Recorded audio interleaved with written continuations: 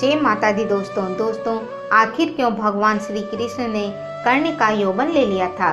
सूर्यपुत्र कर्ण महाभारत काल के सबसे बड़े दानवीर थे। कहा जाता है कि उनके द्वार से कोई भी खाली हाथ नहीं लौटता था। कर्ण का कवच अमृत से बना था, इसीलिए इसे किसी अस्त्र से भेदा नहीं जा सकता था।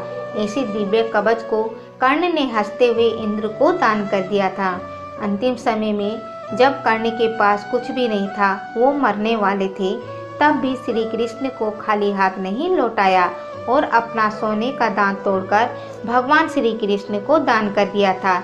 लेकिन इन दानों के बारे में सभी लोग जानते हैं, लेकिन क्या आप जानते हैं कि एक बार कर्ण ने श्री कृष्ण को अपना यौवन तक दान कर दिया था। एक बार की बात है, दुर्योधन के महल पर भगवान श्री कृष्ण ब्राह्मण के वेश में पहुँचे और दुर्योधन के द्वार पे जाके बोले, नारायण हरि भिक्षाम देहि। जब दुर्योधन ने ब्राह्मण रूपी कृष्ण को देखा, तब उन्होंने स्वर्ण आदि देकर उनका सम्मान करना चाहा। ब्राह्मण ने कहा, मुझे ये सब नहीं चाहिए, मैं और किसी वस्तु के लिए आया हूँ। उसकी बात सुनकर दुर्योधन चौंक गए।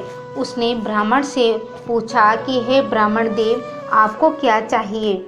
आपको जो भी चाहिए मैं वो देने को तैयार हूँ। आप ये बताइए कि आपको क्या चाहिए।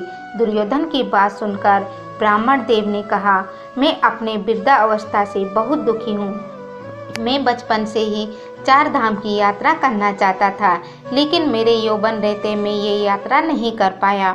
अब मैं बहुत बूढ़ा हो चुका हूँ, मेरा शरीर बहुत कमज़ोर हो चुका है। अब मैं बहुत बीमार रहता हूँ। युवा अवस्था के स्वस्थ शरीर के बिना 4 धाम की यात्रा असंभव है। इसीलिए अगर आप मुझे दान देना चाहते हैं तो मुझे अपना यौवन दान दीजिए।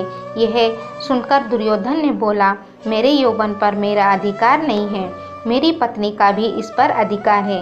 ये दान देने से पहले मुझे अपनी पत्नी से पूछना पड़ेगा। आप थोड़ा प्रतीक्षा कीजिए, मैं अपनी पत्नी से पूछकर आता हूँ। दुर्योधन की बात सुनकर ब्राह्मण रूपी श्री कृष्ण ने कहा, महाराज जैसी आपकी इच्छा।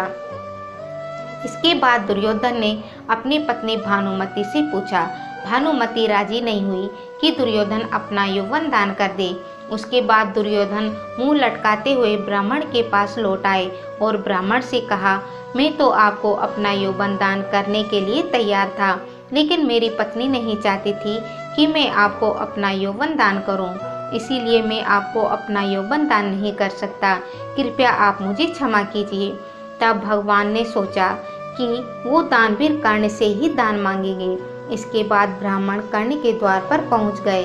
जब कर्ण को पता चला कि कोई द्वार पर भिक्षा लेने आया है, तो तुरंत महारथी कर्ण द्वार पर पहुंच गए।